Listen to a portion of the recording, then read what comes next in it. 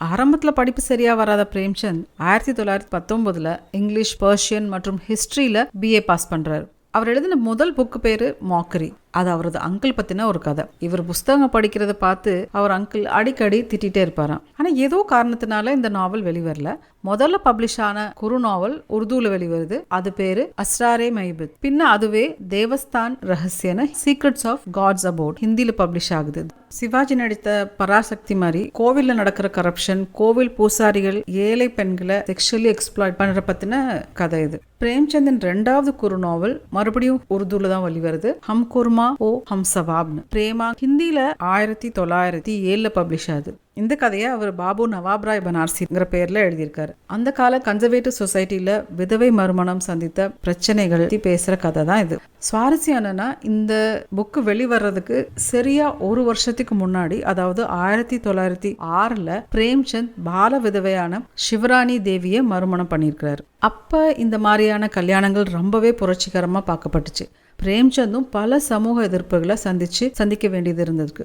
ஒரு கருத்தை சொல்றதுக்கு முன்னாடி அவரே முன்னோடியா இருந்து அந்த விஷயத்த பண்ணி காட்டியிருக்காரு நம்ம எழுத்தாளர். இப்படித்தான் இவர் கதைகள்ல வர பல சம்பவங்கள் இவர் வாழ்க்கையில நடந்ததா இருக்கும். இல்ல சில கதாபாத்திரங்கள் இவர் சந்தித்த மனுஷங்களின் சாயல்ல இருக்கும்.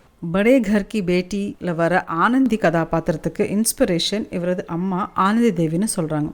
ஆச்சரியமான விஷயம் என்னன்னா, பிரேம்சந்த் அவரது கதைகளை, நாவல் எல்லாம் முதல்ல இங்கிலீஷ்ல தான் யோசிப்பாராம். ஆனா எழுதும் போது ஹிந்திலயோ இல்ல உருதுல எழுதுவாராம். அவருக்கு பெட்ல படுத்துட்டு எழுதுறதா ரொம்ப பிடிக்குமா. அவரது கதைக்கு மட்டும் இல்ல, சிரிப்புக்கும் ஃபேன்ஸ் இருந்திருக்காங்க. சத்தமா சிரிக்கிற பிரேம்சந்த் பார்க்கவே கூட்டம் கூடிருமா.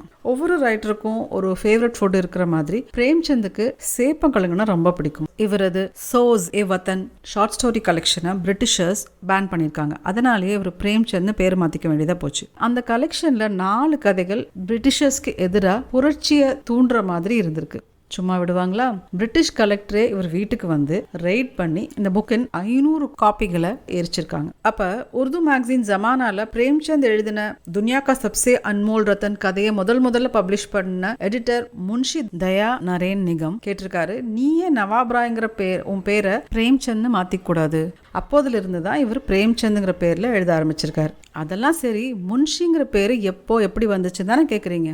ஹன்ஸ்னு ஒரு மேகசின், அந்த மேகசின்ல கனய்யாலால் முன்ஷிங்கிறவரும் பிரேம்சந்தும் எடிட்டர்ஸ். மேகசின் கிரெடிட் லைன்ல முன்ஷி கமா பிரேம்சந்த் போடுறது வழக்கம். காலப்போக்கில் அதுவே அவரது ப்ரிஃபிக்ஸா ஆயிடுச்சு. முன்ஷிங்கிறது லாங்குவேஜ் ஸ்காலருக்கு, கல்வியில தேர்ச்சி பெற்ற ஒருவருக்கு மரியாதைக்குரிய ஒரு பட்டம். இப்படி பார்த்தாலும் பிரேம்சந்த் என்ன கம்மியாவா படிச்சிருக்காரு?